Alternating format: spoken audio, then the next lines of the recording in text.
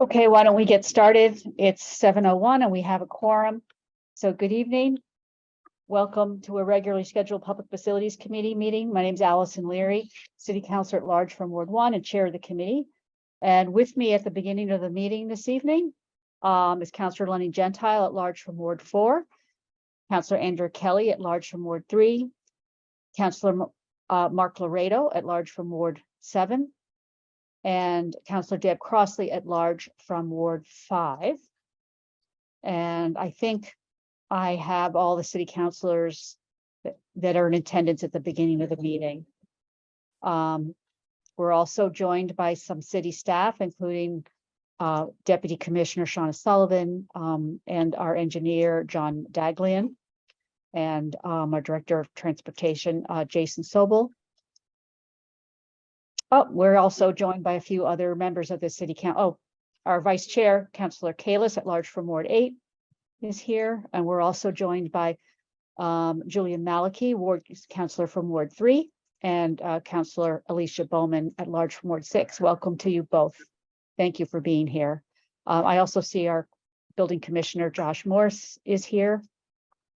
So thank you all for being here. Let's go to our first item. This might look familiar because it was before us a little while back. This is 12823, a request for a grant of location at in Valentine Street. Public Facilities held this on April 12th, and we closed the public hearing. So, Ms. Mulroney, I believe you're just going to go over this quickly, a quick repeat. Surely. Good evening, everyone. Thank you for having National Grid. National Grid respectfully requests your consent as part of the cast iron main replacement program to relay approximately 1,880 feet of 8-inch cast iron dating back to 1913 and 1928 and approximately 25 feet of 8-inch plastic dating back to 2001 with approximately 1,905 feet of 8-inch plastic in Valentine Street from 85 Valentine Street to 240 Valentine Street. And replace approximately 40 feet of 6-inch cast iron dating back to 1932 with approximately 40 feet of 6-inch plastic in the intersection of Howland Road and Valentine Street. And replace approximately 40 feet of 6-inch cast iron dating back to 1934 with approximately 40 feet of 6-inch plastic in the intersection of Bonnet Road and Valentine Street. Replace approximately 40 feet of 6-inch cast iron dating back to 1924 and approximately 10 feet of 6-inch plastic dating back to 2001 with approximately 50 feet of 6-inch plastic in the intersection of Wyatt Road and approximately 80 feet of 6-inch cast iron dating back to 1927 with approximately 80 feet of 8-inch plastic in the intersection of Bigelow Road and Valentine Street. Replacing approximately 420 feet of 6-inch cast iron dating back to 1928 and approximately 15 feet of 6-inch plastic dating back to 2011 with approximately 435 feet of 8-inch plastic in Ellis Road from Valentine Street to the existing 8-inch plastic at 38 Ellis Road, and replacing approximately 40 feet of 8-inch cast iron dating back to 1913 and 40 feet of 6-inch cast iron dating back to 1928 with approximately 80 feet of 8-inch plastic in the intersection of Valentine Street and Oak Cliff Road. Thank you very much, Ms. Mulroney. Thank you. We've also been joined by Councilor Danberg, Councilor at Large from Ward 6. And I thought I saw Councilor Norton before, but I don't see her now. Oh, there you are, Councilor Norton. We're joined by Councilor Emily Norton, Ward Councilor from Ward 2. Thank you very much. I just want to, before we discuss this item, I just want to let the committee know that I will not be voting for this grant of location this evening. After working with folks on the gas leaks working group and seeing all the problems on Walnut Street, I cannot in good conscience vote for this project, which has only very minor leaks. And where I think our priorities are not right. And I will not be voting for this grant of location this evening, for what it's worth. Just wanted to put that out there. So is there any questions from the committee on this item? Is this, if we discussed it before, we did get our questions back that we had asked. Councilor Laredo. I'm good. I appreciate your concerns, Chair Leary. I think they are valid. But I am nevertheless going to move the item. I totally understand. I wasn't expecting anything different. Obviously, we're working also at the state level on getting more authority around managing gas leaks and getting a more comprehensive discussion with NGRID on a citywide plan. There's a motion. I see Councilor Kalis, followed by Councilor Kelly. Please go ahead. Yeah, Councilor Leary, I also respect what you've said, and I echo your veiled outrage, because it is outrageous that it seems like within the number of gas leaks, the seriousness of them everywhere else, but yet I'm still going to have to approve this. I think it's the right thing to do for the community and to get some progress, but I just wanted to say that, you know, I respect what you're doing, and I think that, but I still think we should pass it. Thank you. Okay, thank you very much, Councilor Kalis. I appreciate that. Councilor Kelly.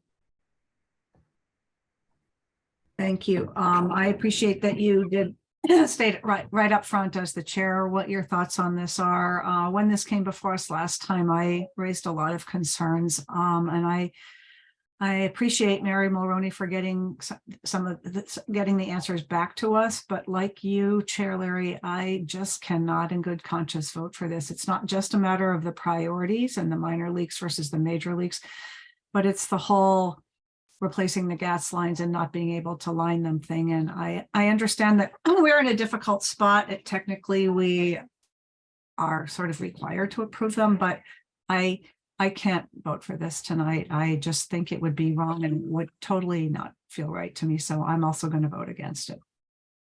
Thank you, Councilor Kelly. I'm really advocating for the relining of the 16-inch gas main on Walnut Street, which we find, as you know, Dr. Phillips, he's found grade 1 leaks there. It's not the utility finding them; it's the citizens finding it, and we're in a very tough position. Councilor Danberg. Thank you, Madam Chair. I have watched this over the years unfold, where the city has been requesting that National Grid take care of these gas leaks, and I too am outraged at this whole issue. I am going to move. I'm going to vote yes on it. This may be my last yes vote if something doesn't happen on the part of National Grid to move this forward, but I will vote yes tonight. Okay, so thank you. I'm not seeing any other hands. Councilor Laredo has moved it for a motion to approve. So all those in favor, please say aye. Aye. Aye. Okay. All those in any abstentions? I'll abstain. Okay, 1 abstention. All and the nays. I'm a nay. Hey, Just 2 nays. Okay. The motion passes. Grant of location. Thank you very much, Ms. Mulroney. Thank you very much for your time. Thank you. Have a good evening. Have a good evening. The next item on our agenda is 134-23. This is Madam Mayor. Chair, Yes. if I may interrupt, do we know what the vote is on, just so we have the record straight? Do we know what the vote was? I saw that there was 1 abstention and 2 opposed. How many in favor? Yes. So is every member of the committee is here this evening, I believe. 5 in favor. So Sorry? 5 in favor. Okay, thanks. Okay. Thank you, Councilor Gentile. I should have said that. Next item. Her Honor, the Mayor requesting the approval to make changes to roadway infrastructure as part of the Elliott Street Traffic Calming Project in Newton Upper Falls. the installation of a new crosswalk with a flashing beacon, intersection realignment, changes to the roadway width, and creation of a sidewalk level bike lane requires the approval of the Public Facilities Committee. So let's see, Mr. Sobel, are you going to be kicking off this item? Yes, thank you, Councilor Leary, and thanks for having me here this evening. I'll provide a brief overview of the background with the process that got us here today, and then focus on the proposed design. So as part of our traffic calming program, Elliott Street was identified several years ago, and the focus of this traffic calming effort is in the vicinity of the Mechanic Street intersection. There's the sharp curve on Elliott Street right there, and the focus point of a lot of the crashes that have occurred there over the years. So our project goals are improved safety for all users of the road, drivers, pedestrians, bicyclists, reduced vehicle speeds on Elliott Street, improved pedestrian accessibility and connectivity. So we've hired a engineering consultant that developed multiple conceptual alternatives. We reviewed up to 12 different options and combinations of those concept plans with the Complete Streets group. We had our consultant come to the Complete Streets working group a couple of times. And then ultimately they produced the memo with the recommendation, which was attached to your packets. I will note that I noticed this afternoon that it looked like some of the pages from the memo may have been inadvertently left off in the docket backup. So certainly we'll get that rectified and get you folks complete copies of that memo. Mr. Sobel, sorry to interrupt. I just want to say one more thing. I was contacted by members of the public that asked if I would take public comment this evening, and I will. So I just wanted to let people know, if you keep your comments to 2 minutes, I will entertain comment from the public on this. So thank you. Please go ahead. Sure. So the Complete Streets working group meetings, those of course are made up of city staff from several different departments, including DPW, planning, schools, Parks and Rec, Newton Police, Newton Fire, as well as some of the community groups, Safe Routes to School and the Transportation Advisory. So Cassidy, if I may share my screen, I'd like to share the recommended and proposed concept plan and walk everyone through the proposed improvements. Yep, it should be all set. Great, thank you. All right, so I'll start zoomed out just to orient everyone and then zoom in and we can take a closer look. This is Elliott Street, north is up here, the sharp curve in the middle of the screen. This is the Mechanic Street intersection, and the project limits really run from Linden Street to the west to Weatherall Street at the east. So I'll zoom in. We'll start at Weatherall Street, or Linden Street rather, at the western end. And what we're proposing here is fairly straightforward. New pedestrian crosswalk for enhanced connectivity with an RRFB, but fairly small changes at that intersection. Going eastward to the Mechanic Street intersection. This is certainly the focal point of the project, this sharp curve in Elliott Street. And as folks who are familiar with the intersection may know, that it's sort of an awkward three-legged intersection or triangle intersection. And there's actually a second part of the intersection here, which is underneath the proposed graphics. So what we're proposing here is to completely reconfigure the intersection, tee up the roadway so that Mechanic Street intersects Elliott Street at a T intersection, and also narrow the effective width of the roadway essentially taking out the shoulders and creating raised bike lanes on both sides. So the actual travel width of the roadway would remain 22 feet through the intersection, certainly wide enough for trucks and heavy vehicles and fire trucks. Certainly fire trucks in particular is important given that the Newton Fire Station is about 800 feet northeast of this intersection. So they certainly travel through here frequently. But certainly having raised bike facilities through this intersection improves the safety for bikes, provides some separation from traffic. And this intersection redesign and complete reconfiguration simplifies all of the vehicle movements, makes it much more like a standard T intersection, increases the amount of green space in the area and beautifies the area as well. And provides significant traffic calming by narrowing the effective travel lane width or the roadway width that's available for vehicles. And then continuing to the northeast. So this is Cottage Street and Wetherell Street. So what we are proposing here is another new crosswalk. This one would have bump outs into the shoulders, into the existing shoulder area. So again, it would be a tighter roadway and slow traffic down, calm traffic down, and provide an RRFB for this crossing as well. One interesting aspect of this crossing, when it comes to the bump outs, certainly we had heard some concerns from Safe Routes to School and some of the tag folks about pinching bicyclists and forcing bikers out of the shoulder into the travel lane. So what our consultant came up with and what we're proposing is actually raising the bike lanes to the sidewalk level through this intersection. So a pedestrian first crosses the bike lane and then crosses the roadway.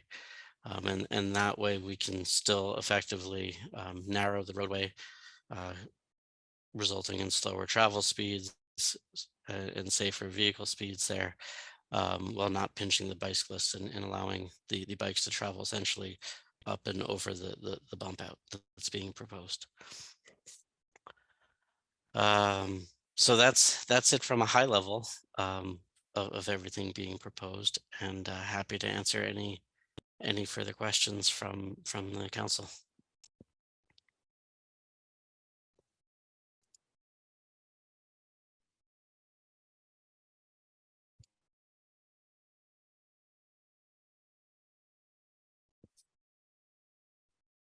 Councilor Leary, you are muted. Oh, so I am. Thank you. I was just thanking Mr. Sobel. Could we stop the screen share? Sure. Thank you very much. Okay, so I'll take councilors questions from or comments from councilors. Councilor Crossley, followed by Councilor Laredo. Madam Chair, this is my neighborhood, and I don't know if others contacted you, but I've been asking you for a while about this. And I'm glad to see 2 of the 3 residents who have been very actively pushing for traffic calming on the street here tonight. We also have a letter from Bryce Hobbs. Some of you on land use might remember that Mr. Hobbs, I don't know, 4 years ago, at least maybe 5, got a special permit to refurbish the building on the corner opposite Mechanic Street into an art studio and residence above. He's just about finished. He built it himself. And he is the 3rd person who, I mean, literally watches over this site every day when he's working on the house. It's been a bad corner for a long time. You can't see around it. It seems like traffic is increasing in speed. If they only would go the posted 30 miles an hour, we might not be here today. But people on a regular basis cut that corner.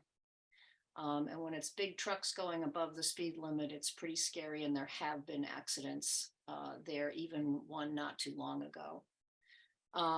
So I see that the letter that Bryce Hobbs wrote was only sent to the Ward 5 counselors and his neighbors who are here, and a member of the area councils. But essentially, he's Councilor lauding some Crossley, of the work that has been done to help narrow and calm the roadway, while at the same time asking, but I think it's a separate and later item, to actually reduce the speed on the roadway.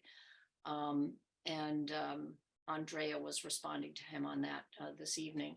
By the way, if anyone can contact Andrea, I can't find my phone, and I promised to let her know when this was coming up, and I did email her. Alicia, thank you. okay. Councilor So Crossley, I just, I did get the letter from Mr. Bryce as well, and he Oh, good. requested that it be part of the public record. I'll make sure that it gets. Okay, because sent the to- copy I got is just addressed to us locals. So, Okay. but thank you for telling me that. If you, did you want to you did start to summarize his major points. Yeah, well, basically that's it. He likes some of the ideas that are put on the table, but he, he's asking for more. And I wonder if Mr. Sobel could speak to, which I do think is a separate thing, because I think it goes before traffic council if you want to reduce the speed on a roadway. But I wonder if Mr. Sobel, if you could speak to how you see the raised bike lanes and the narrowings and of the crosswalks and so on and so forth as successful techniques for reducing traffic speed. Sure. Well, I think the effective narrowing of the road is a very successful and proven method for reducing vehicle speeds. And reducing speeds and improving safety is a primary goal of this project. You're right that the speed limit themselves is a separate item. I'll talk just very briefly about that process. Essentially, while traffic council does need to approve it, the under state law, MassDOT ultimately has authority to approve and change speed limits on all roadways in the Commonwealth, with the exception of DCR, but this obviously isn't a DCR road. That said, to change a regulatory speed limit, we need to go through a process, submitting an engineering study to MassDOT. In recent years, their most recent speed zoning guide is from 2021. And I'll say in the old days, it almost always just followed the 85th percentile speed. So essentially, however fast cars were driving, that's what the speed limit was set at. And MassDOT certainly understands now target speeds and understands that that's not always an appropriate speed limit, and allows for many other factors to be considered when setting speed limits. Although the 85th percentile is still, that speed measurement still needs to be part of the engineering study. So that said, understanding what the process is and knowing that travel speeds on the road are taken into consideration, I think, frankly, the city would be more successful with the goal of lowering the speed limit after this project is implemented, and then going through the speed zoning process with MassDOT. Because of this project, we do anticipate that the speeds will be lower, and we'll be able to more easily justify the speed limits, or a lower speed limit. And one last minor point of clarification, because Councillor Crossley, you had mentioned a 30 miles an hour speed limit. The existing speed limits are 30 miles an hour, roughly from this area, from I think it's right around Wetherell Street, up to Route 9. And then from Wetherell Street west to the Needham Town Line, it's an existing 25. Okay, but it's not posted, and Mile I per hour speed. understand that that's the default speed limit in the state. But that might be confusing to folks if they see the 30-mile-an-hour limit, but they don't see a 25-mile-an-hour, turn down, just Oh. saying, might be in the interest of timing I- of you're freezing, your image is freezing time to time. Did you try to say something? Mr. Well, Stoll? I was just, I didn't mean to jump in. I was going to let you finish, but certainly in the westbound direction, right at Cottage Street, there is a 25-mile-per-hour speed limit sign, unless it's been knocked down very recently, in which case Okay. I'm not aware. And if that is the case, we'd be happy to replace it in, Oh, I'll take in the another coming look. days. Thanks for that. Because I don't remember it, but I always go 25 miles an hour there anyway. I think what we're seeing is we're having cars go 40 and even 50 miles an hour, which is and racing around the curve. And here's the final point, but it's a main point, is when the accidents happen, it's generally because someone's missing the curve, meaning they're crossing the line, or they're taking it so fast that they go into the railing that is there to protect the house on the corner going east. That's happened. So I understand that narrowing the roadway and providing some vertical raising does just sort of naturally slow traffic because people see obstacles, right? But I wonder, something that came up a long time ago was possibly putting a rumble strip in the middle so people know when they're crossing the line. That's kind of a question, but at the same time, I want to ask, from the time that you get the approval to do this work, when is it roughly? When can it be scheduled? Can it be scheduled in this construction season? So I heard two questions in there in regards to the overall timeline. At this stage, we're before you with the concept plans. If this is all approved, we would proceed with the engineering design this year, and with a goal to bid out the work this coming fall and winter for construction next spring, next construction season. Okay, I knew that. I just wanted to Um, hear have everybody else hear that.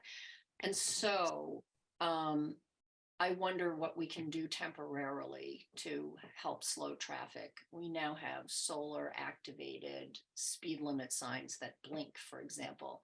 I don't know what else could be put in place, because it really is scaring folks. And there really have been accidents. Sure. So a few thoughts on that, and taking one step back to your question about rumble strips. Certainly, I think they can be effective for, you don't miss it when you drive over a rumble strip. And if we do a center line rumble strip, anyone crossing the double yellow is certainly going to notice it, and that can improve safety. That said, I don't think we have rumble strips in Newton. At least not any centerline rumble strips. The typical complaint is that they are quite noisy. So if drivers do hit them, certainly we would rather deal with the noise than deal with the loud crash. But nearby residents, in other locations where they've been implemented, it's a common complaint with rumble strips. Well, maybe the residents can speak to that when it's their turn to speak. Maybe it can be a temporary measure, because it sounds like we have a good year before we're going to see any changes in the area, and it's been many years. And I understand what's on the list, and that what's on the list across the city, but it's been many years that people have been watching this situation and observing the accidents that are happening. So I'll give up my spot here and let other folks speak. Thank you. Thank you, Councilor Crossley. Councilor Laredo. Thank you, Madam Chair. So just briefly in regard to the rumble strips, I don't have a particular opinion for or against them, and I do understand we have a few residents here who may have opinions one way or the other on them. But if they are a cause of complaint at times from residents, I would suggest that before we install them, we at least notify and try to get the opinions of those who would be affected, who may or may not be at this meeting. And then you can gauge, you can use that to help gauge whether that would be appropriate or not. I'd like, if you would, Mr. Sobel, if you could just put the drawings, the schematic back on the screen, please, so I can follow it just a little bit better. And I have a couple of questions to ask about it. Sure.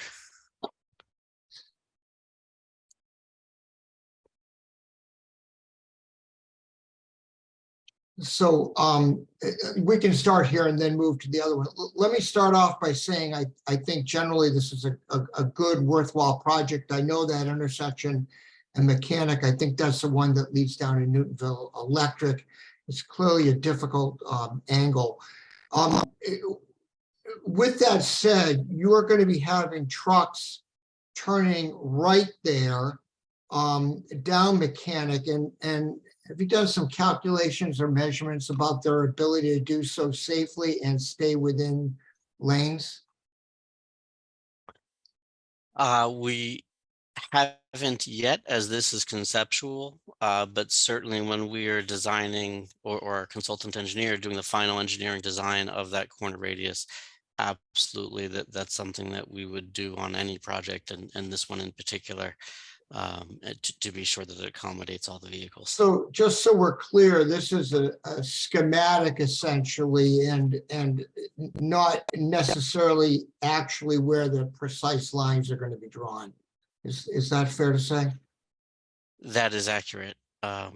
We had the engineer has already completed the topographic survey to be able to do the engineering design, but has not yet done the full engineering design. Okay. Second, where you have what's a lighter solid shade of green, is that going to be grass area there? Yes, these are grassy areas, landscaped areas. We would work with our colleagues in Parks and Rec, to develop a planting plan. Certainly, we'd have an interest in that. We don't want anything too tall that might block sight lines. But beyond that, I don't usually get too involved in the exact plantings and landscaping. Okay. So that's fine. And then the bike lane that you're planning on putting in here, you said that would be raised, but it's not raised as you enter the intersection or leave the intersection, correct? So these areas of dark gray here that are essentially within the existing shoulder area, those would be raised. So going eastbound, just before the intersection, there would be a ramp up in this area, if you can see my cursor. Yeah. And a bike would be raised through here, drop down to cross the Mechanic Street intersection, and then go back up over here. And the idea being that on a difficult curve, that provides more safety to the rider and makes it frankly easier for the driver to navigate as well. Is that Correct? a fair Correct. statement? Okay. That is, and it also has the effect of narrowing the perceived curb to curb width within the curve here is 22 feet. So that also makes good sense to me from a logic perspective. In terms of width of fire trucks, could you just tell us how wide they are typically? 10 feet wide. Okay. And the fire department feels it can navigate safely an 11-foot wide curve going at a fairly high speed? Yes. The Newton Fire was certainly involved in the Complete Streets discussions, and we've had additional conversations with them as well. Okay, and what about trucks? I'm not talking about a small truck like an Amazon delivery vehicle, but a larger truck, particularly since you have some manufacturing and business operated on the bottom Mechanic. Will they be able to be within the 11-foot width as well?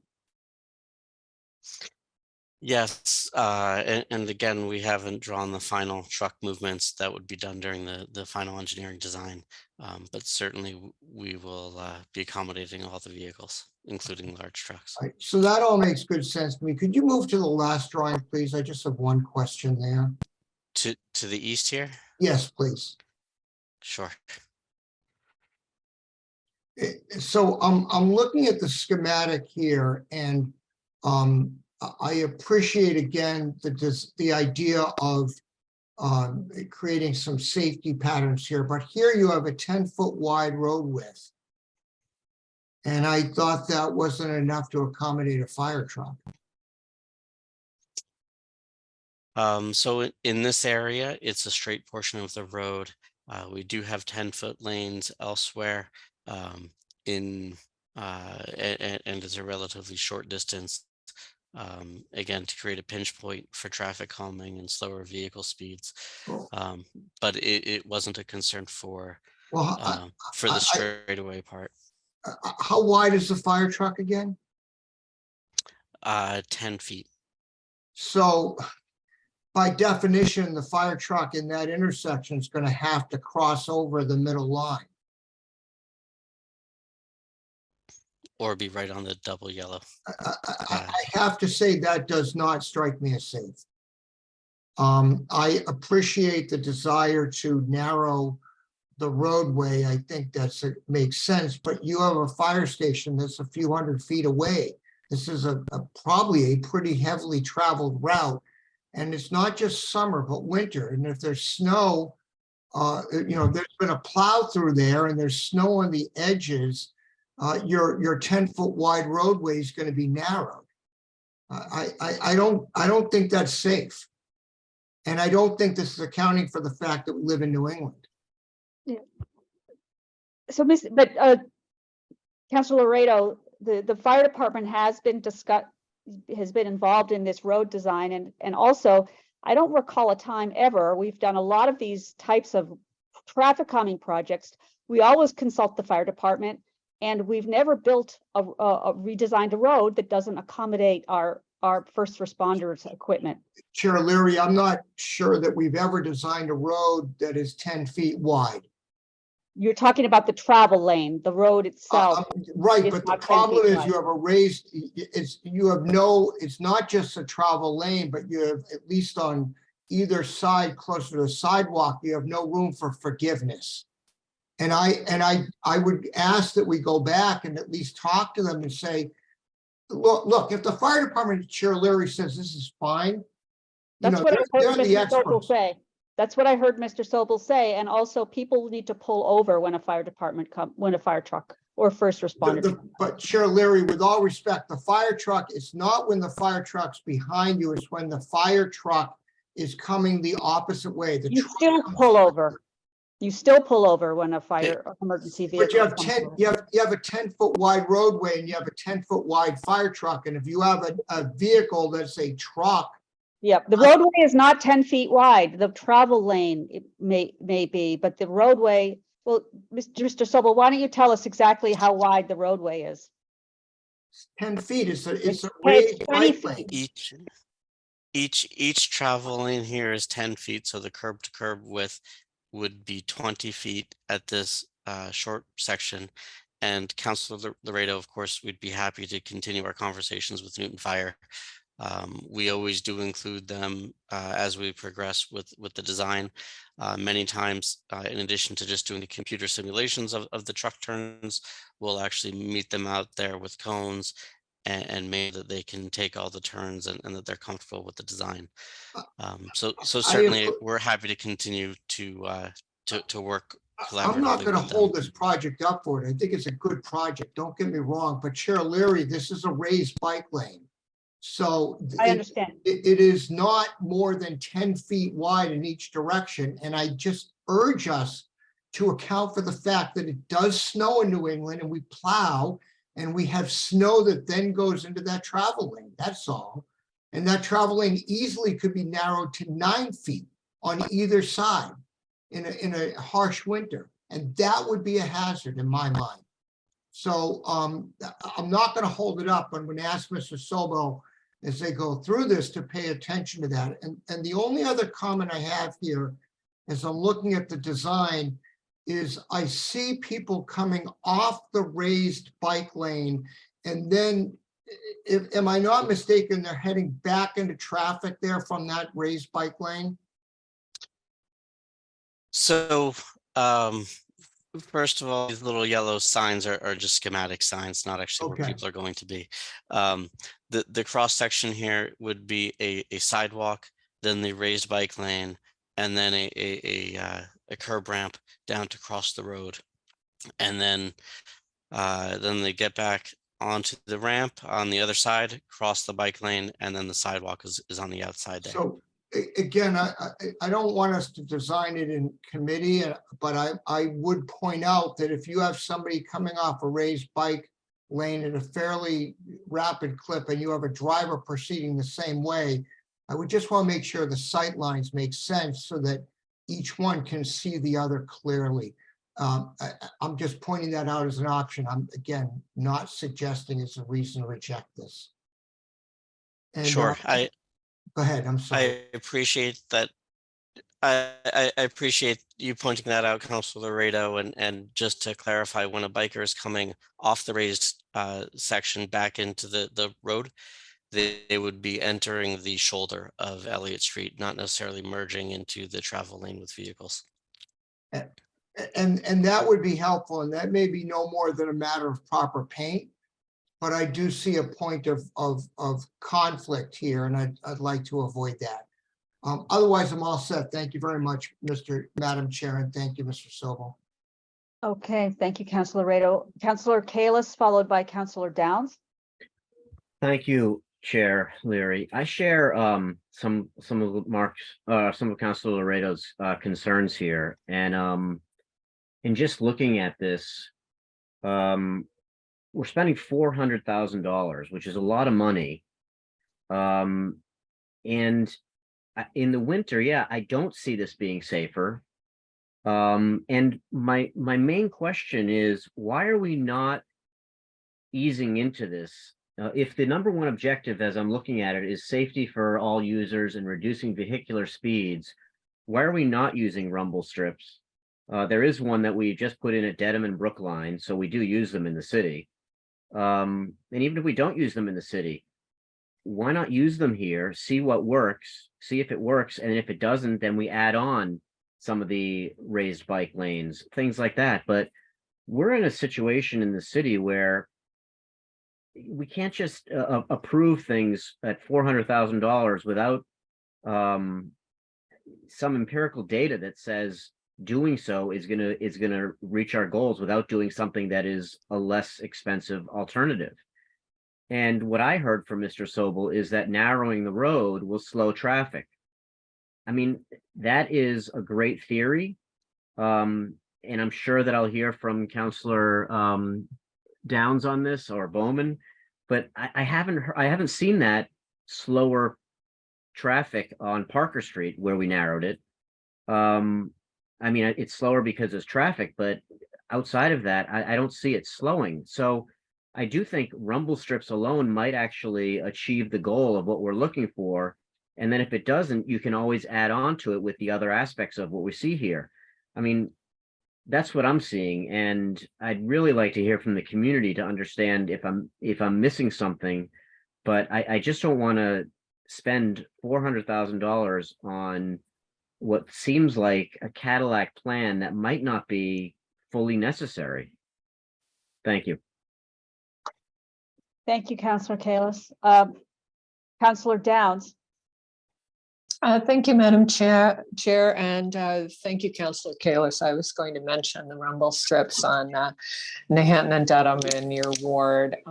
They've been a source of complaint by some cyclists because it's uncomfortable to be forced onto them when you're trying to get to the around stopped cars on the right, or just trying to stay out of the travel lane for safety.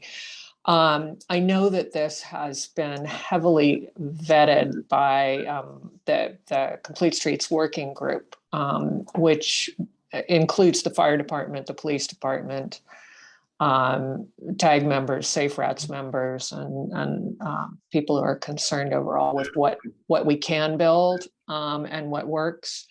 I am not concerned that fire trucks will not have room on a 10-foot lane. We have 10-foot lanes on several streets. Binney Street in Cambridge, which has a lot of truck traffic, including fire trucks, has 10-foot lanes. And you see that little green strip there is an area where snow could be stored. And that's important. On this, I'm particularly pleased that there is separation for the cyclists, because it means extra protection for them, and particularly that there's this crossing here at Cottage and Wetherell. As Councilor Kalis knows, we're trying to create a safe bike route that goes from the Upper Falls Greenway area down through to Countryside School that would be safe for kids on bikes and their families. This is the way to connect the northern part of Upper Falls, this neighborhood, to that Greenway safely, so that they can, get down Wetherell down to Mechanic, or down Mechanic. The other popular crossing movement is further down, not Wetherell and not Mechanic. The next street down is, let me look that up. I think it's begins with a C. And that, Cottage. No, not Cottage. The next one down the street. Oh, okay, never mind. It's not Charlemont. Sorry, neighborhood will know this. Columbia, right. I knew it was a C name. So Columbia connects the Greenway then to Elliott Street, and then from there on to the bridge over to the Elliott Street station. So that's another way to get to public transit on foot, or on your bike, but more likely on foot. So it's important that the street be safe to cross, and currently it does not feel that way. I also wanted to note that the Strava data shows that this street, perhaps surprisingly for my colleagues, is heavily used by bicyclists. My question on the green area is this would be Parks and Rec, and they would either mow it or plant it. And I assume they would also be the ones to ask about stormwater infrastructure, if that was something we wanted to put there. So good questions, Councillor Downs. The little green areas that we're looking at in the Cottage Wetherell area are probably roughly 4 feet wide or so. Those areas I wouldn't expect to be much more than a grass strip, similar to what we have up and down Elliott Street. The larger areas by the Mechanic intersection, certainly is more opportunity for landscaping and also stormwater infrastructure, and both the Parks and Rec folks as well as our consultant engineer has a lot of experience with green infrastructure and stormwater best practices. While you have that slide up, can I ask, just south of the sidewalk there's a green strip, and then there's a gray strip that looks like the bike lane color and the street color. Yeah, right This there. area here.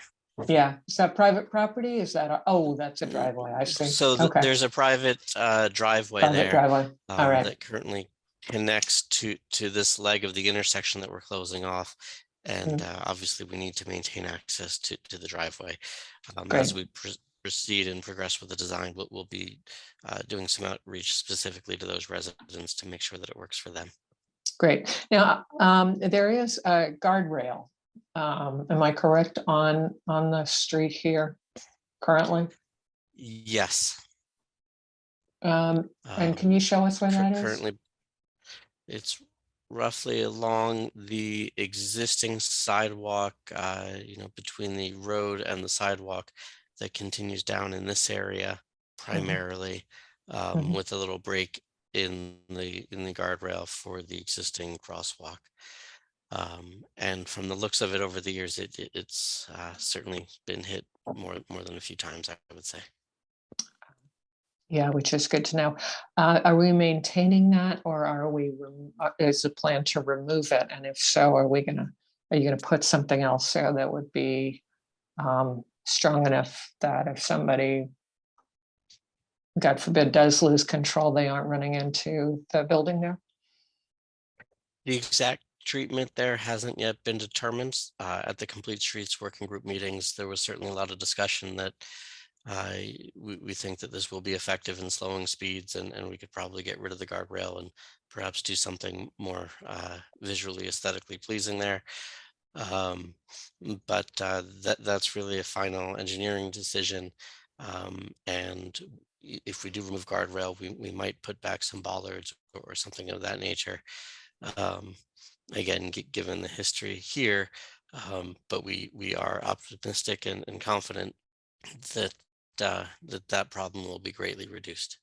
I'd like to hear from the neighborhood about their thoughts on guardrail versus bollard. And we have, as a city, put some up in front of, I think it's Sweet Tomatoes in West Newton, and whether that would be something the neighborhood would be happy with, or whether they want something different.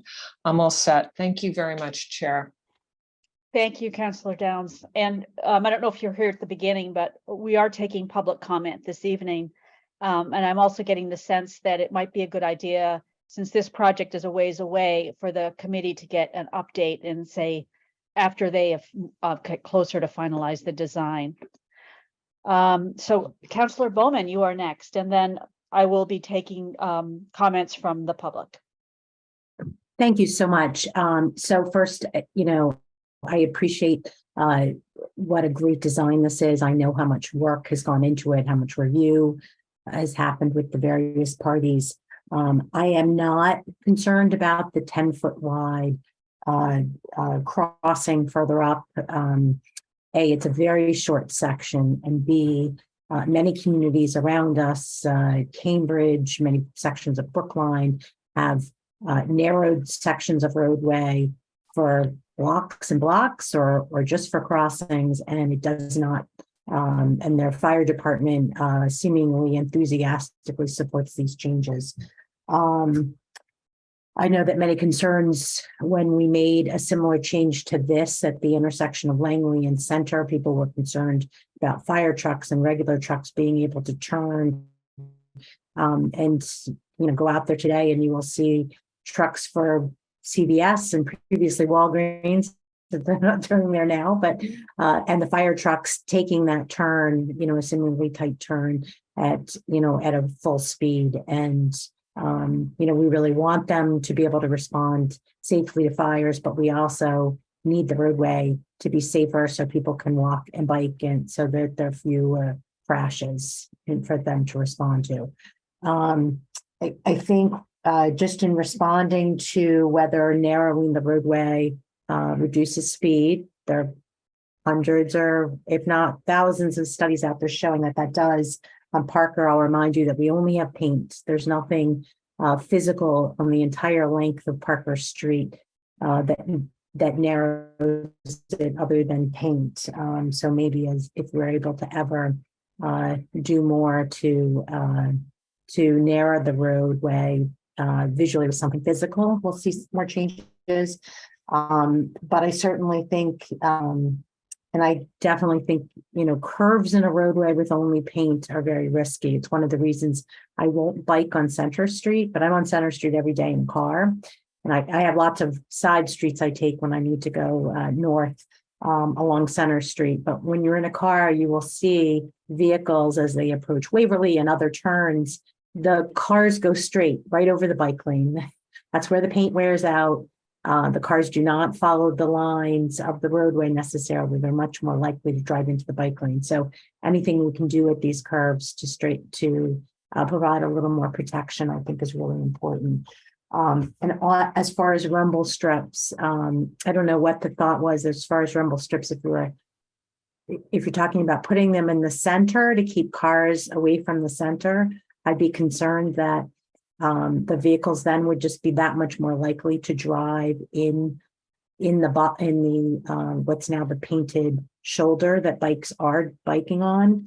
This is the street I bike on. And if it's talking about putting them to the side, that's the situation that we have at Dedham and Hampton, and the bikes can't bike over that. So the bikes are forced to come into the roadway as you are at Dedham and Hampton. Even I rode my, one of my bikes that has much bigger, fatter tires and tried to bike over them and ended up having to stop and wait till there was a clear point and get off because it's not safe. It's much too much of a bump and it's makes it feel like you're going to fall off. So I'd be just concerned about putting rumble strips here at a place where we might have, especially some number of these bicyclists coming through here are likely sports cyclists. They're riding, high speed, thin tires, and I'd just be worried about putting something in the roadway that, unless it's going to be visually very clear for them and they're not going to hit it, I would just be worried about that. But again,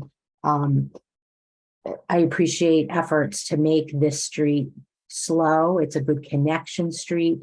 The homes are close to the street, so that much more reason why, the traveling on this street should really be 20 miles an hour. So anything we can do to design the street to be 20 miles an hour so that people drive 20 miles an hour, it's, respectful of the neighbors and it makes good transportation connections. And so thank you very much for putting this forward. Thank you, Councilor Bowen. I was wondering if this area would be appropriate for any kind of flexible barrier poles to better delineate the bike lanes. Just I know that they can't be used all year round, but just wondering if that's been considered, Mr. Sobel. That's a good question, Councilor Leary. There were actually a few alternatives that our consultant had reviewed that didn't raise the bike lane and instead proposed the flex posts. Certainly much cheaper to construct, and we do have many locations throughout the city that we use them. The concern that I have with those generally is just increased demands to our staff time. They do get knocked over. They do require maintenance throughout the spring, summer, and fall. But that said, it's absolutely a short-term measure that we could consider implementing, this summer, this spring, while the project is being designed and waiting for construction next year. Okay, thank you, Mr. Sobel. I think I would like to get an update on this project at a later date when you have a more complete design. I've not seen any other councilor hands up, so I'm going to go to members of the public. And I just want to let people know that if they would like to raise their hand, just click on reactions at the bottom of your Zoom screen and click on raise your hand. And then we can unmute you. Please state your name and your address before you speak. So let's see, who do we have? I see Linda Guerin. Yep. Yes. Hi, so I am at 17 Champa Street. I've lived here for 32 years, and I actually was the person who started this complaint in regards to the road and contacted Julie and Debbie Crossley. And so I actually want to share my screen with you a second, if I may.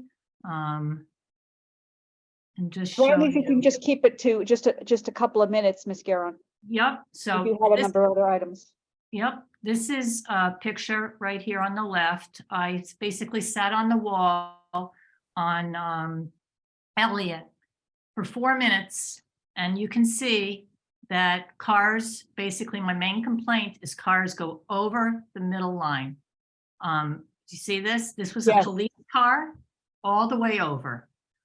So this was 4 minutes, 5 cars. So that's one thing. And then can you see this? This is a picture here Can you see the fire engine? Yes. So this was after an accident that happened just in the past year. A car drove into the guardrail here. You can see now what the fire truck looks like with another big truck. And I just can't imagine a bicycle going by while you've got these two big trucks on this corner here. So the real issue is that that corner is so steep that people, if they are going 30 miles or more, there's no way they cannot go over the center line. And therefore, I think the rumble strip idea is a very good one. I also have an issue with putting a crosswalk right here when people are speeding through that corner. And I have tried to cross there and I feared for my life because people come around so fast. The other thing is coming out of Cottage Street, because I go down Cottage to take a left. It's a very difficult place to even turn onto the road because people are going so fast. So this is after 32 years, I just can't take it anymore. And literally, I've been waiting 6 years for a change here. And, I think a lot of the comments the counselors have made are true, that I don't understand why we're going to spend $400,000 when we really need to slow people down. And I don't see how making the road narrower is going to do that. I think it's going to actually make it worse because then people are going to even go further over the line. So, I think, so that the crosswalk and how to slow people down, I just don't see how you can do it. It's a very steep curve. And there's the 25 mile an Yes, hour. I was just Yes. sign, 25 miles Right. per hour. Yep. Yeah, but there is no sign coming the other way that tells you the speed. There's a sign somewhere over here that says 30 miles an hour. So to me, that kind of implies that you should be going slower before you hit that 30 mile an hour, mile per hour sign, but there is nowhere where it tells you what the speed is. So I think that's it. I really would like a more immediate solution. Like I said, I've been waiting 6 years and I just don't think $400,000 is going to do what I would like to see happen here. Okay. Thank you, Ms. Guerin, for sharing your screen. Yeah. And appreciate it. Miss Julie Irish. Hi, thank you, Madam Chair. Before I give my comments, would it be possible to read the letter from Bryce Hobbs, who was there's sort of the three of us have been pushing this along for several years and he wasn't able to attend. Is it possible that I can read his letter that he sent to, is for his comment? Yeah, If that's do you not part have- of my time. Okay. Sure. Go ahead. If you could summarize some of it, that would be. Okay, I'll skip his thank yous to everyone. Yeah. Rest assured they're there. So so on a daily basis, the people of Upper Falls live with cart. Okay, I'll move on to how to fix it. Okay, I'll move right to the guts of this. Much good work has been done already and recommendations have been made. I've read through it and would like to offer a neighborhood perspective and a few suggestions in response to this work. I believe prioritizing speed reduction leading up to and around the curve in question will reduce the risk to pedestrians, skateboarders, cyclists, scooters, motorcyclists, cars, trucks, and the 18-wheelers that all frequent this way. In response to the traffic calming design interventions discussed this evening, I have these thoughts and suggestions largely based on my daily experience of living and working on this dangerous corner. And he's the one who lived right at that. He took the picture from his location, just so you have his perspective. I believe the proposed Weatherell crosswalk position is preferable to the Cottage Street crosswalk. And we'll get to that because it'll give cars and pedestrians more time and stopping distance to react to speeding vehicles coming around the curve. Also, I believe that the crosswalks at Linden and Weatherell should include narrow pinch points as per the design alternatives. These crosswalks would benefit from digital "your speed is" signs.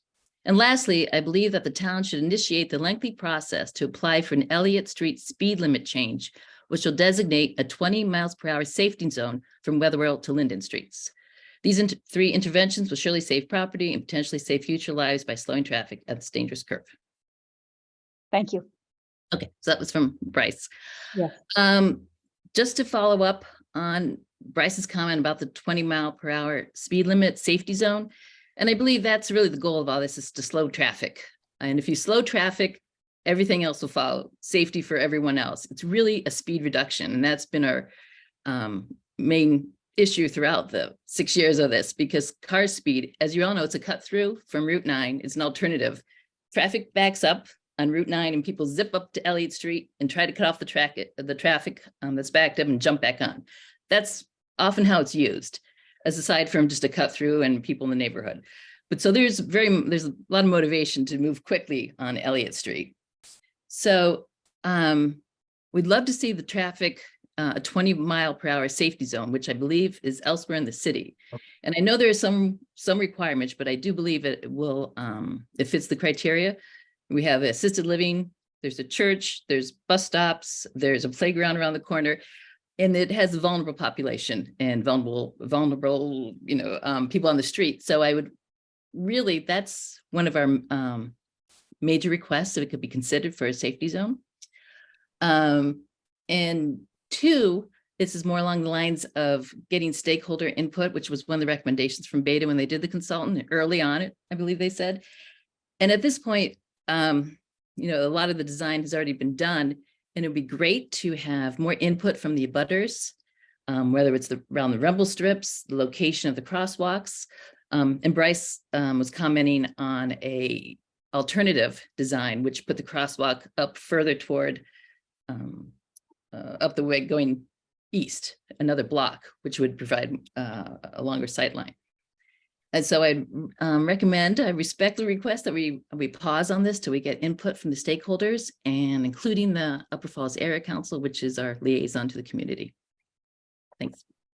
Thank you, Ms. Irish. Your points are well taken, and we will be, I have already requested that we have this come before us when they're further along in the design, taking into consideration both public and councillor comments.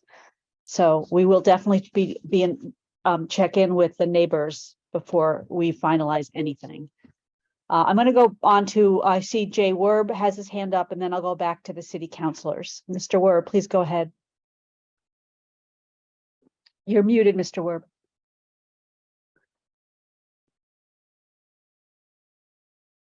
We still can't hear you for some reason.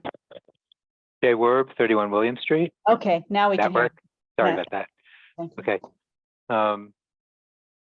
So again, I'll reiterate Julie's point that this never went before the Upper Falls Area Council. So most of the community is not really in a position to react intelligently to this proposal. So I'll join her in urging you to present this to the area council, and we'll publicize it in the community. And you'll probably get more feedback than you want that way, but you'll get plenty of feedback and maybe a few good ideas. So I just have one basic background question. Just what exactly is the Elliott Street Calming Project, and what's the source of the funds? Mr. Sobel, do you want to respond to that? Sure. The Elliott Street Traffic Calming Project is what we've been discussing here today, essentially from Linden Street to Wetherell Street. As part of DPW's operating budget in the transportation division, we do have traffic calming funds specifically set for this type of project. And that's what we are planning to use to fund the design and construction. Okay, thank you. All set, Mr. Werb? Yes. Thank you very much for your comments. Councilor Laredo, followed by Councilor Crossley. So at the end of my comments, Chair Larry, I'm going to ask that we hold this item. I frankly don't think it's ready for us to approve. I'm very concerned it hasn't gone before the area council yet. We have three, and we've heard from a fourth neighbor who are the immediate proponents of this project, all of whom have expressed concern about what we're doing here. I think Councilor Kalis raises a very important point about, with limited funds, $400,000 is a lot of money for this type of project. And, we have to apportion our resources wisely. I also would like, Ms. Giron, would you mind, with your permission, Chair Larry, putting that fire truck picture back on the screen for us, please? It's fine with me. Thank you. Yep.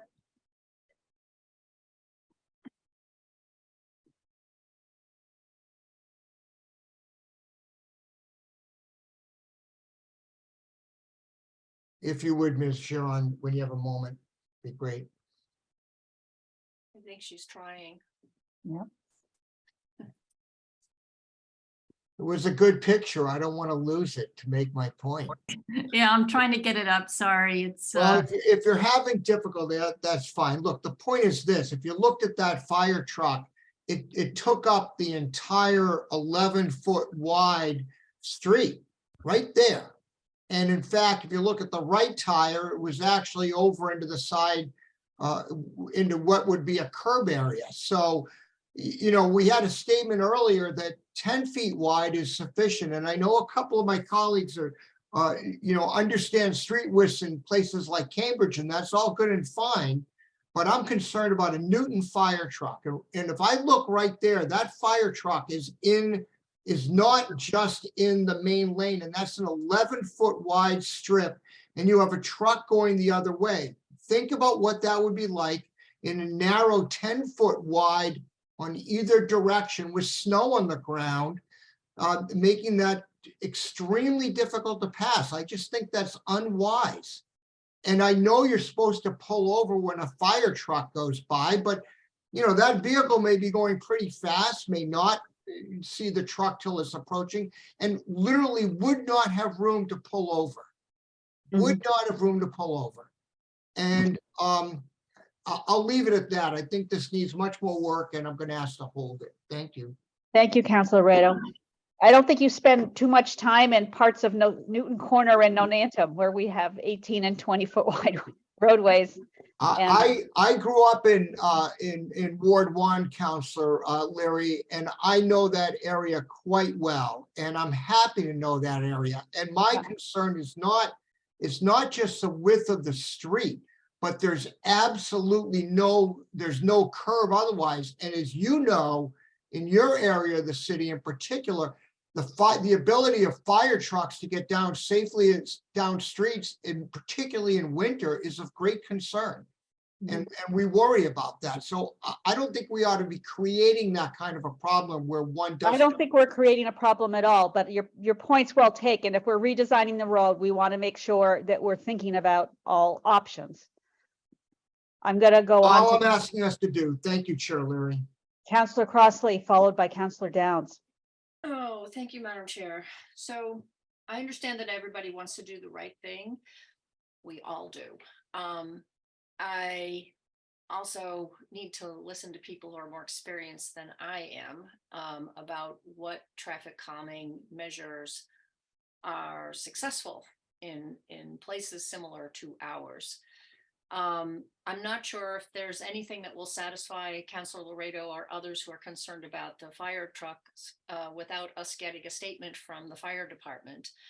I'm guessing, but this is my guessing, that, you know, if a roadway is narrowed, you know, people who are driving on it, it seems like an obstacle more than it is today. It's very wide now, and there's that great big wide intersection across the street from Bryce Hobbs' house. You know, it's like double width into Mechanic Street, and there's nothing protecting a person or a bicycle, but even a person from crossing there. As Linda said, you know, crossing the street there is scary. What I'm concerned about, though, is extending the work on this too far into the future. I would like the department to feel as though it can schedule a community meeting with these designs. I would also suggest, I didn't notice that all the pages weren't in the packet because I'd already read this through with members of the community and with my colleagues in Ward 5. And I think it might be useful as a first presentation to show folks where you came from and how you got to this solution. I know some folks on this, some of our colleagues go to all the TAG meetings and so forth and see the process unfolding and understand why certain decisions are made. But we don't have the benefit of that in this room, and the community has it, other than the three folks who have been with us the whole way. The community hasn't had that benefit. I wonder if we can move forward without, but with a condition about bringing this back once the community has had its input in a different forum. Thank you, Councilor Crossley. That's what I was thinking, and that's what I've made that suggestion twice, that we do have it come back. I would like to ask Mr. Sobel about if this is, how time sensitive this is in terms of design and the funding, that you're actually not requesting funding here from us. You're just looking for approval. So if we hold it versus request a date that you come back with more information after you've had a further discussion with the fire department and with the community, is there one that would be preferable that to the other?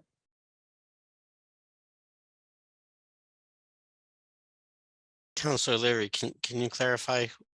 Okay, let me say it What another. options you're asking for? Where the options that have come up is to hold the item tonight. Okay, and what implications that might have in terms of, I want to make sure that this process continues to go forward.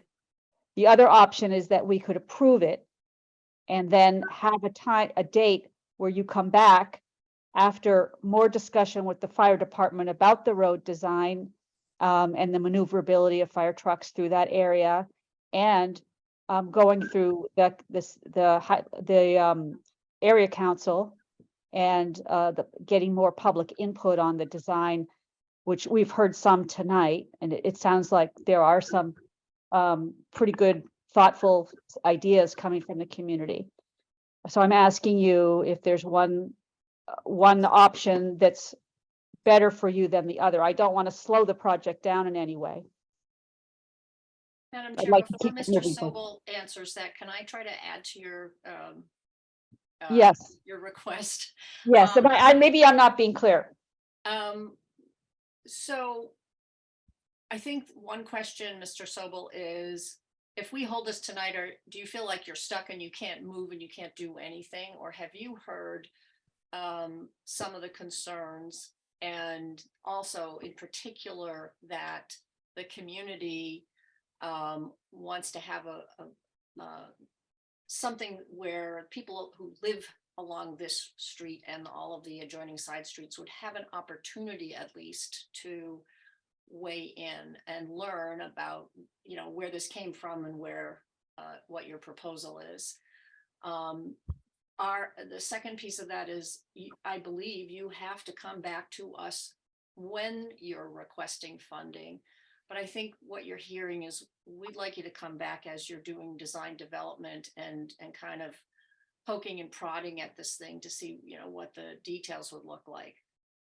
The only reason not to hold it would be if the sense of the committee is that the essential elements of the design are okay, and what we need to do is you know, examine the details, you know, bollards versus railings, you know, the width of the different elements. I'm sure you're going to be studying all of those things. But I guess, okay, I'll stop, and I don't know if Mr. Sobel feels like he can respond. Or I can respond, happy to respond to a few of those questions. First, just a point of clarification in terms of the funding, because we are planning to use the operating budget traffic calming funding. At this point, we're not anticipating needing to come back to City Council to request additional funds. In regards to the overall process, what I've discussed with our design consultant is pretty typical, is two design submissions before the final bid docs are prepared, generally a 75% level design, and then a final design for city staff to do one final review. And of course, I'm happy to come back, should this be approved this evening, to, you know, with the 75% design plans, to review a lot of these design details, you know, regarding the corner radiuses and lane widths and all of that. And I think that would be the best in terms of moving, keeping the project moving forward. If the item is held, I don't want to say it's super time critical sensitive right now, but the longer the process goes before we come back to you, you know, just the higher, the farther out we push the bidding, and it just increases the chances that this wouldn't be ready for production next year. Thank you, Mr. Sobel. So I think that sounds like it would be better if we approved tonight and had you come back at 75% design. That's what I heard you say.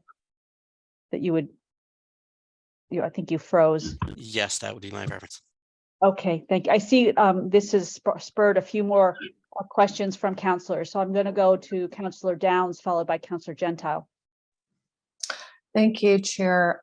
So I hear the neighbors' concerns and also Councilor Laredo's. I think it does make sense, Mr. Sobel, to go to the community or have a community meeting, take advantage of the fact that there's a working area council, but also publicize it wider than that, and come and talk about the goals, and also talk about how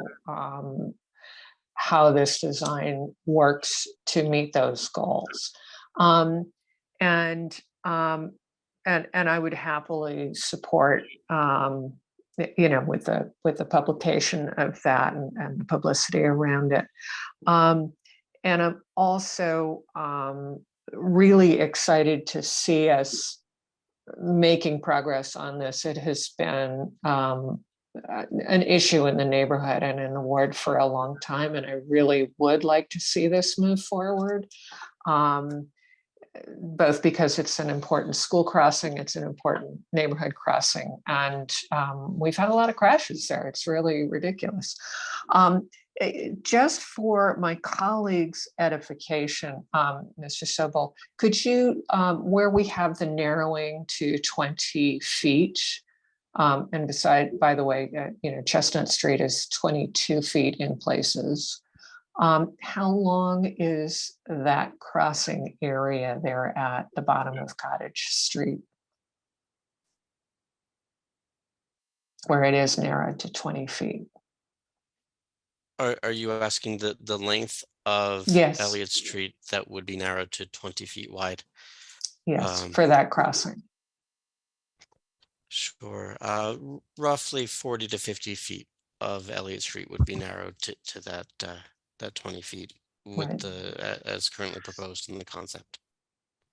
And 50 feet is several car lengths. It's not very, very far. It's something that when you hear the sirens, you can move ahead and pull over fairly easily. So it's not like the whole street is down to 10 feet. It's just that 40 to 50 feet there. All right, I'm all set. Thank you. Thank you. Councillor Gentile. Thank you, Madam Chair. I certainly didn't come to this meeting with any particular concerns about this item. I'm not interested in slowing it down. I actually figured I'd be coming and hearing a presentation and then supporting it.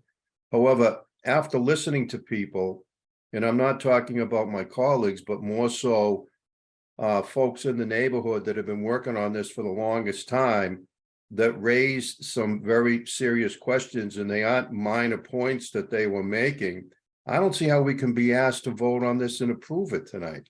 So hold is the right action if we care about, you know, our constituents and their opinions. And there should be a couple of neighborhood meetings, exactly what Councilor Downs just mentioned, where staff goes out and explains the rationale and so forth. The area council, I think I heard, hasn't really had a meeting on this. So I guess I don't understand why we're rushing into a vote tonight. But if we're forced to vote on it, you're gonna have me vote against it, which is what I wasn't planning on doing. It's not ready. It needs more work. You're asking us to approve a very specific plan, and it's not ready. And again, I would prefer to hold the item, do a little bit more work on it so that more people are have had a chance to weigh in. Hopefully there's more of a consensus, and then, you know, it'll fly through. So that's my 2 cents. Thank you, Counselor Gentile.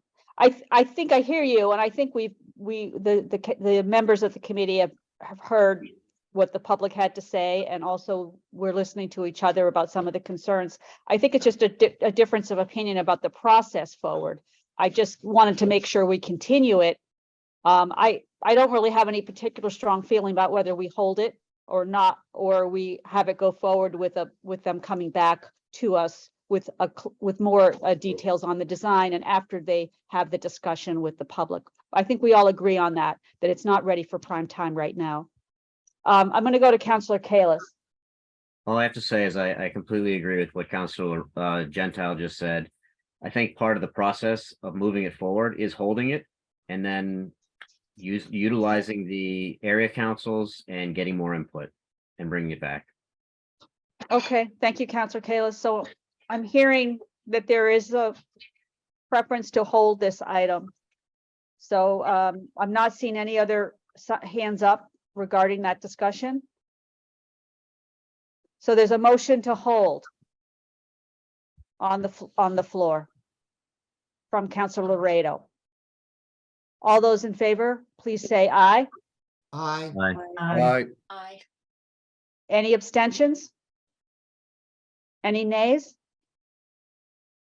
Okay, it's unanimous. There's a motion to hold. Mr. Sobel, we'll make sure we're in touch with you about coming back, okay, to the committee. Sure, and Madam Chair. thank you, Counselor Leary, and thank you Yes. for to all the counselors for having me this evening. Yes, Madam Chair, Councillor Crossley. Yes, thank you. Before you go, Mr. Sobel, I think Jay Werb is still here. I was just talking with him today about the next meeting of the area council is tomorrow, so we're going into June. And I'm just hoping in order for this project to move forward, I just think that would be a good forum for presenting this. They have the ability to advertise such a meeting. It would be a Zoom meeting. And I think that would be a good forum for people that people might actually come to.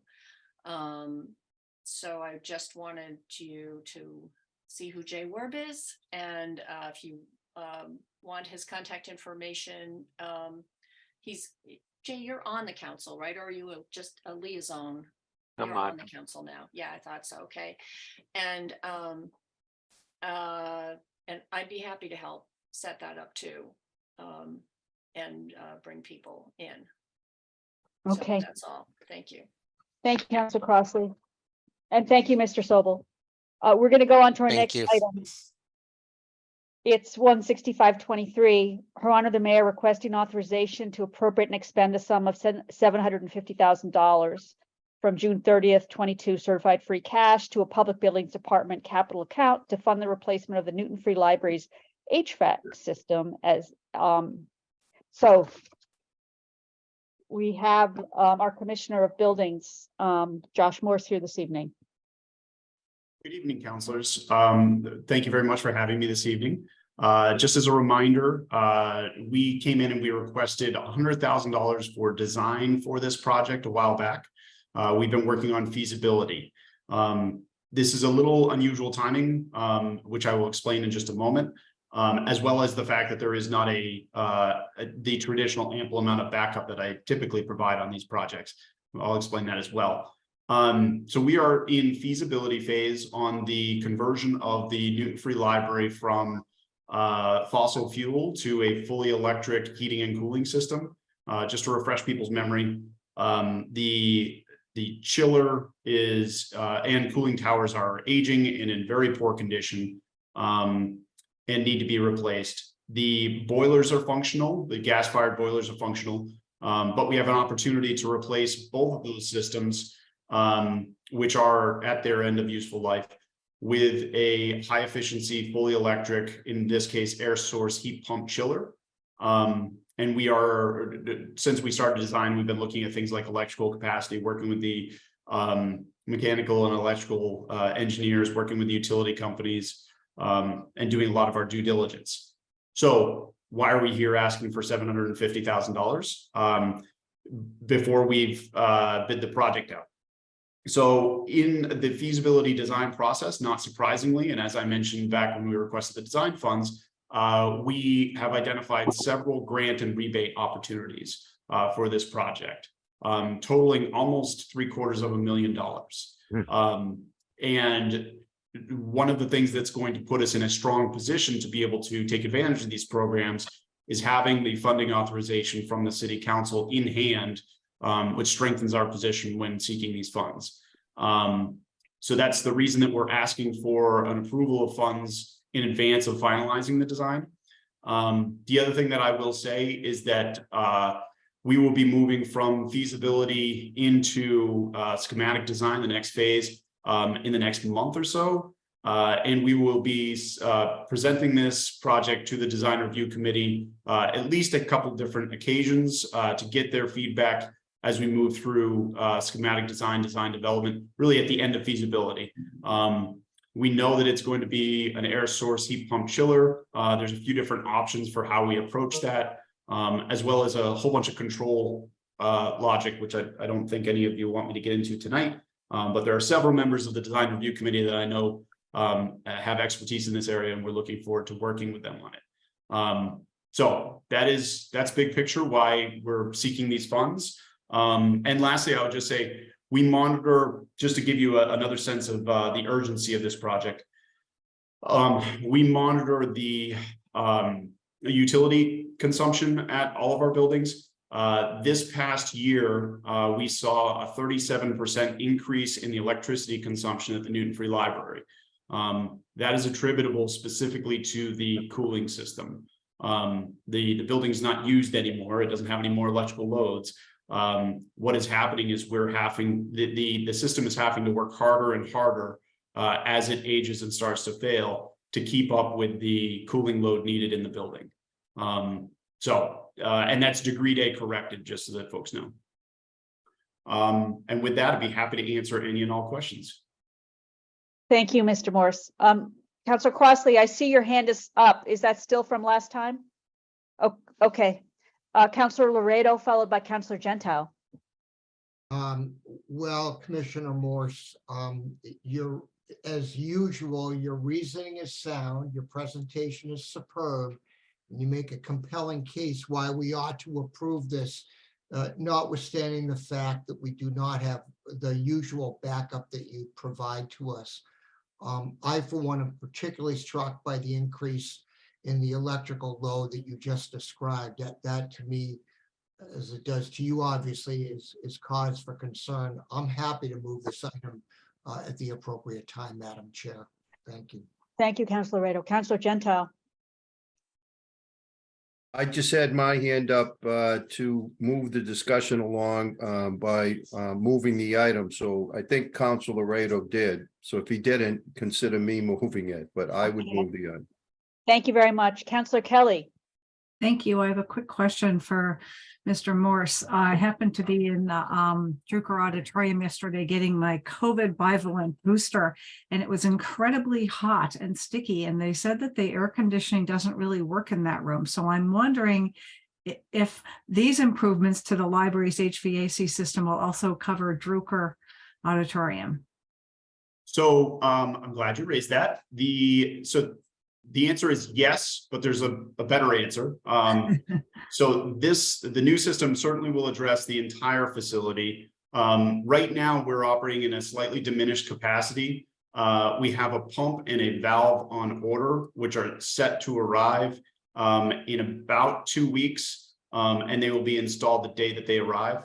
That pump and the valve will allow us to put the second cooling tower in service outside, which is what allows our chillers to really drive down that supply temperature, which is what cools the building. So right now we have partial air conditioning, which is okay in May. It was a little challenging for a few days there because it's unusual in early May to hit, the 80s. But I've been in contact with Jill and her team. In a few weeks, we should be back up and running and be in a good position for the rest of this summer while we wrap up the design on the project. So Drucker isn't particularly hotter or more poorly served than the rest of the library. On that particular day, no. So when the system's operating in a diminished capacity, it essentially is struggling to keep up. It's also, I will say that in general, it can be challenging in the swing seasons for any building where you have really cool nights but hot days. So that plays into that as well. Thank you. Yep. Thank you, Commissioner. So there's a motion to approve this item by Councilor Laredo. I don't see any other questions, hands up from councilors. All those in favor, please say aye. Aye. Aye. Aye. Any abstentions? Any nays? Okay. That item, it passes unanimously. Our final item of the evening is 20622. Councilors Norton, Leary, Lucas, Bowman, Malachy, Greenberg, Humphrey, and Danberg requesting the adoption of an ordinance to prohibit the purchase or application of anticoagulant rodenticides by the city or city contractors. So, Councilor Norton, I believe that you're going to introduce a guest speaker, and maybe you would also like to introduce the item this evening. Yes, thank you, Madam Chair. And just to be clear, this item is about banning the application by the city or city contractors of a certain type of rat poison called second generation anticoagulants. There is a separate docket item in programs and services to ban the application citywide by anyone, but that requires a home rule petition. So that has a separate path to the state legislature and back. The background materials for this item were the same as for that item, which I did not replicate in this. I just sent them around by email, but they were in the April Programs and Services Committee meeting. So sorry about that. But for this item, and Ms. Kiesel will be speaking, can go into more detail, but just in general, the reasoning is the same as the other docket item. While there are many ways to kill or control rats, this particular method has entailed the deaths of hundreds of owls and bald eagles and hawks and other raptors across Massachusetts. And a recent case got a lot of coverage. A female bald eagle called MK in Arlington. It was beloved by many people in Arlington. You might have seen some of the rallies about it, and they've actually, the town has taken steps since then. And in the other items that I just sent around from the April, I have a photo of her and some of the other victims. Yeah. So what happens with these rodenticides is that the rat eats it, it doesn't die right away, so then it eats more, and then by the time it dies, it's eaten so much that it's ingested enough poison to also kill the bird that eats the rat. So what happens by killing the birds that eat the rats, this type of poison results in fewer rats being killed. And during her campaign for mayor, Amy Sangiolo organized a webinar that's still worth watching with a nationally known, a sort of renowned rat control expert who said the only effective way to control rats is to limit their food source because they're such prolific breeders, they cannot be controlled effectively by trapping or poisoning them. So that's, that's the gist of the argument. But with that, would love to turn it over to Laura Kiesel, who also spoke. She's Councilor Norton, could I just add a couple of things? And I also just want to, we have our commissioner here of public buildings here, who I know has been very involved in helping with rodent management, particularly in Ward 1, maybe in other parts of the city. But my understanding, and Mr. Morse can correct me if I'm wrong, is that the city does not use anticoagulant pesticides itself, the city itself. Plenty of people, other private contractors and private building owners in the city do use anticoagulant pesticides. And I believe that that's ContraPest is essentially rodent birth control. So it is non-toxic to wildlife. That's the one good thing. And I also just want to make the point, you mentioned that rodents are clearly attracted to food sources. Although we've discussed an integrated pest management plan for rodents, we still have literally hundreds, if not thousands, of open dumpsters and food sources for rats. As a matter of fact, I was over at one of the school buildings, and there were obvious rodent chew marks, which I have photos of them going right into the dumpster, and also chew marks in plastic bags where they've gotten through. So that's just another important area of management that I just want to include as we have this very important discussion, because as you know, the management of rodents is multifaceted. we do actually need to include a whole integrated pest management program to be effective. But please, so I just wanted to get my 2 cents in there, since I am also a co-docketer of this important item. Okay, so please introduce your guests, and Commissioner, thank you for being here. And if you do have anything to add, please just raise your hand. I'll be happy to call on you. Yeah, and with that, would love to introduce Laura Kiesel. You might have seen her. She's gotten a lot of news coverage, media coverage recently because she lives in Arlington and has really been a lead advocate on this issue and is quite knowledgeable. So Laura, hopefully you are willing to sit through our HVAC Yes. traffic Yes. discussion. Yeah. Yes, I'm here. A lot of Newton minutia for you tonight. Yes. I think I'm learning a lot about Newton in these last Yeah, couple of weeks. yes, Ms. Kiesel also spoke at the Programs and Services Committee meeting. So, So thank you for having me and for listening to my comments. My name is Laura Kiesel. My background, actually, my academic background, my first degree is in literature and journalism, but my graduate degree actually is in conservation biology and natural resources management. And I worked in wildlife advocacy and conservation for many years. I actually also worked for the town of Wellesley for their Natural Resources Commission for a number of years as well. But in more recent years, I've kind of combined those backgrounds in journalism and my science background, and I've done a lot of science journalism, in particular a lot of environmental journalism, and I've covered this issue in depth as an environmental journalist, so I have a lot of understanding because I've read through a lot of reports. These particular poisons, second generation anticoagulant rodenticide, were actually banned from over-the-counter use in 2015 after a lengthy legal battle between the EPA and the manufacturers of them, because it was actually not wildlife, but children. Between 10 and 20,000 children every year were winding up in the emergency rooms, accidentally ingesting these poisons. These were mostly low-income children, often of color. And the manufacturers thought that that was an acceptable risk. After about 8 years of legal battles, they finally settled to remove them from the shelves, but they were continued to be allowed by licensed pest control professionals in what are called tamper-resistant bait stations for the purpose of reducing child poisonings and firsthand poisonings of non-target animals like pets or wildlife. It has reduced but not eliminated child poisonings that can still happen, and it has reduced somewhat firsthand poisonings. Those do happen as well. I have in many cases come across bait stations that have been broken open with the bait exposed, and I'm aware of people who have had dogs that have died getting into the bait stations and breaking them open. But also, obviously, this does not address the issue of secondary poisoning, which has turned out to be really a huge epidemic problem. And the irony is, even though these are off the shelves, it seems like their use has actually increased exponentially. Like before 2015, I barely ever saw a bait station containing these poisons. But now I see them on almost every street corner. And my concern, which I was very vocal about almost for a decade now, was that we were going to start seeing a slew of wildlife deaths, including very vulnerable species. So here in Arlington, as Councilwoman Norton mentioned, we lost MK, our bald eagle, but she wasn't even the first bald eagle we lost here in Arlington. We actually lost C25 back in 2021, who was her, along with her sibling C26, were the first bald eagles hatched here in Arlington in at least 60 years since DDT wiped them out of the state. So MK and her mate were the first pair of breeding bald eagles to nest here, and those were her first offspring.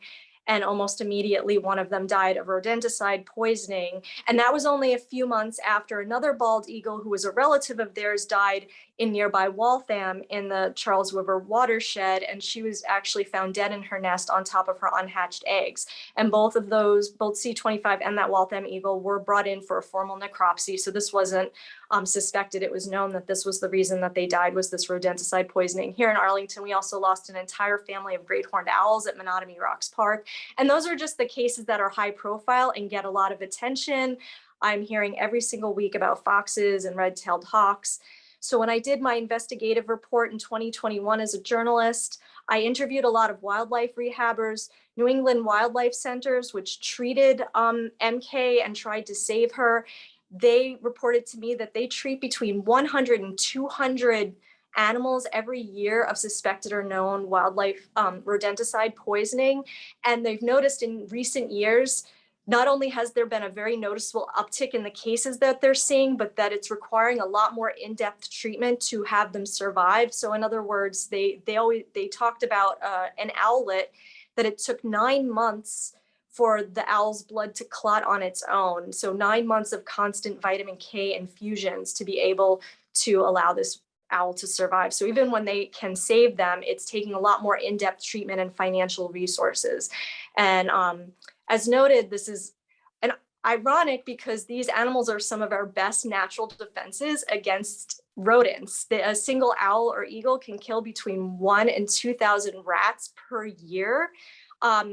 Whereas these rodenticides have pretty questionable efficacy. One thing that really surprised me when I did my article, and I knew that it was probably not as effective as like was advertised by pest control professionals, but I could not find a single peer-reviewed study that showed that these rodenticides were at all effective in controlling rodent populations in urban or suburban ecosystems or really anywhere.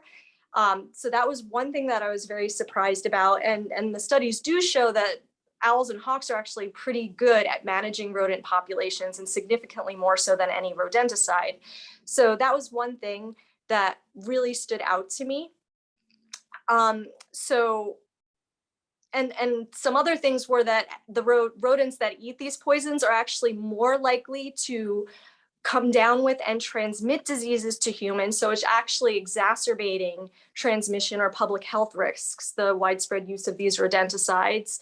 And also that the rodents can actually build resistance, and because they're such prolific breeders, as was just mentioned, they can basically outbreed the poison and they can develop resistance, but their predators, the ones that eat them, cannot, because they have such lower rates of production. So you have this mismatch. So it can actually artificially inflate the rodent populations because you're killing off their predators, you're luring them to the property because leaving out bait is basically poisoned food.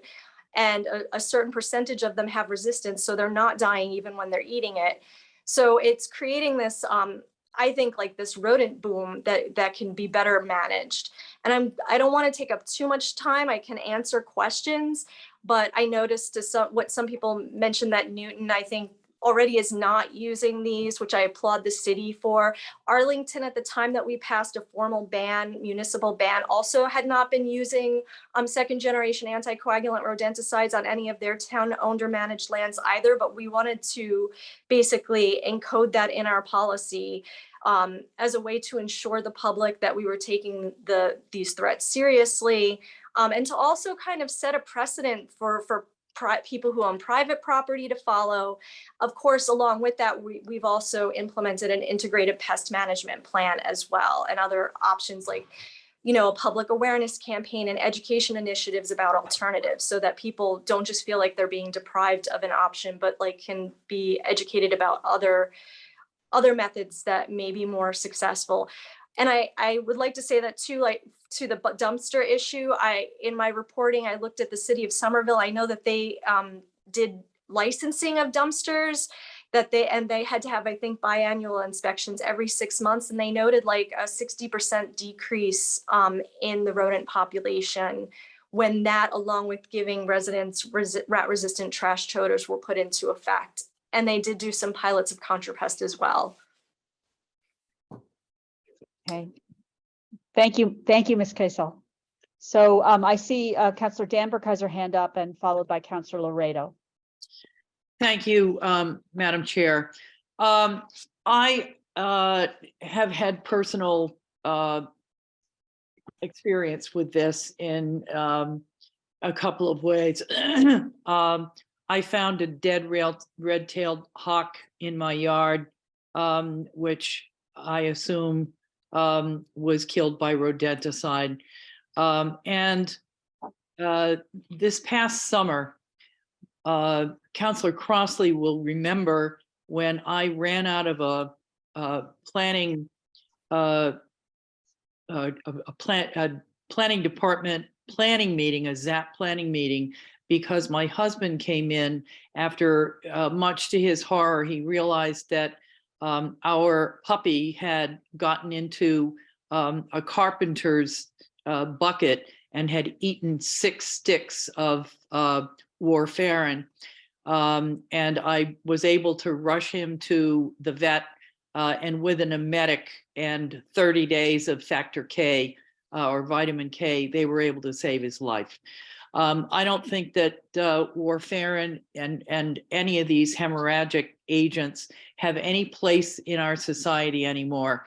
They were developed by the University of Wisconsin as rodenticides, and it is the same drug is now used in a much lesser form as one of the older, this is probably 30 years old now, one of the older anticoagulants that humans take, but in a very reduced form. So I am very much in favor of banning this item from the city of Newton, and am happy to move the item when the time comes.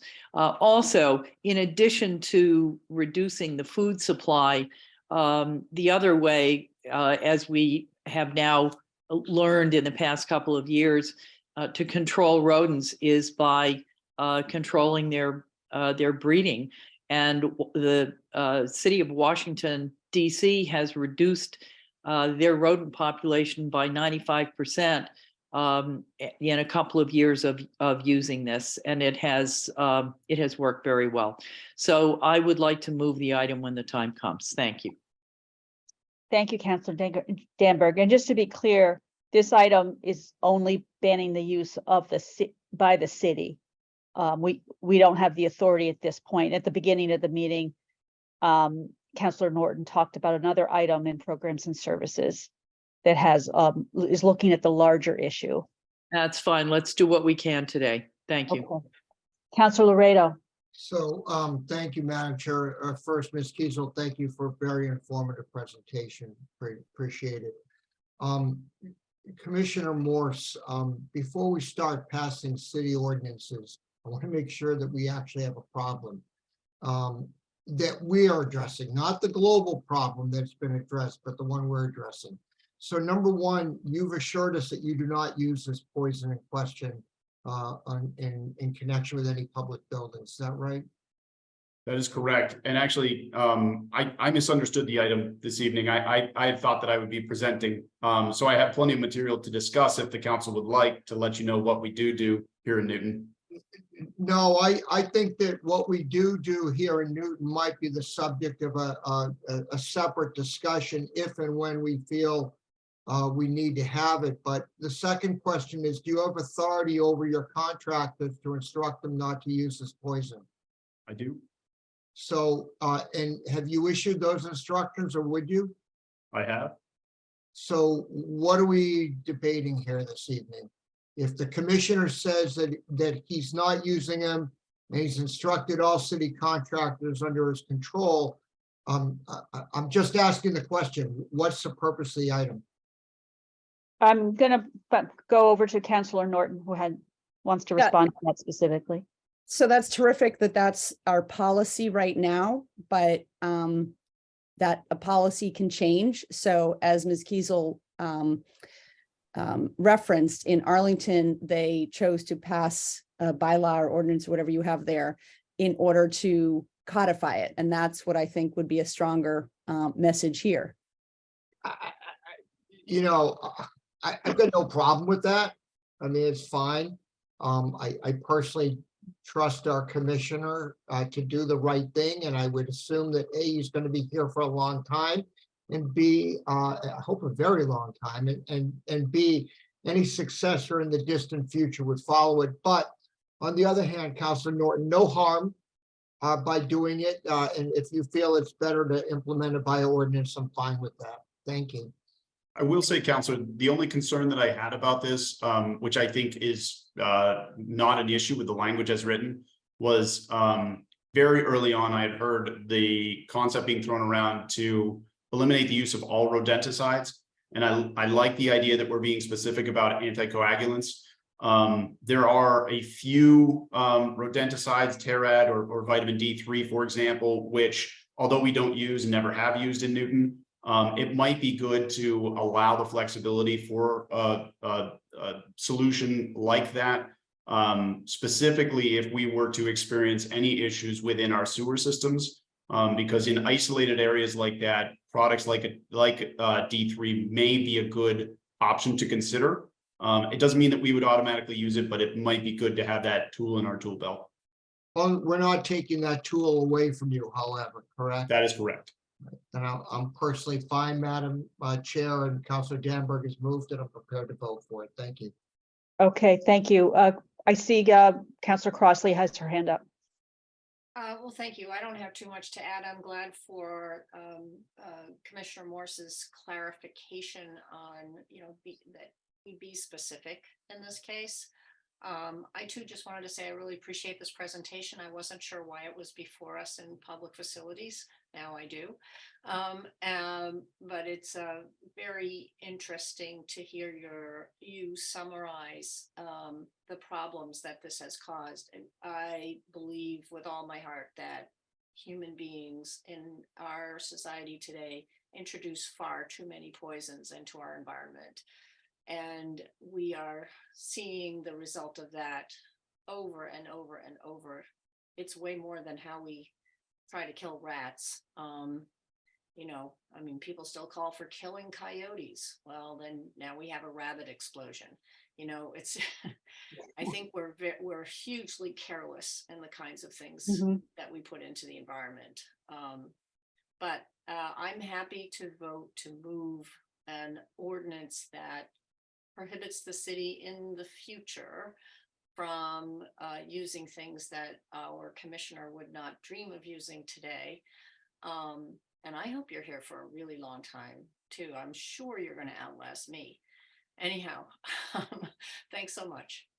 Thank you, Councilor Crossley. I think it also sends a strong message because we still have private landowners that do use rodenticides, anticoagulant rodenticides in the city. So our next step would be to address that in programs and services. Councilor Danberg, I see your hand is up. Did you have another point to make or?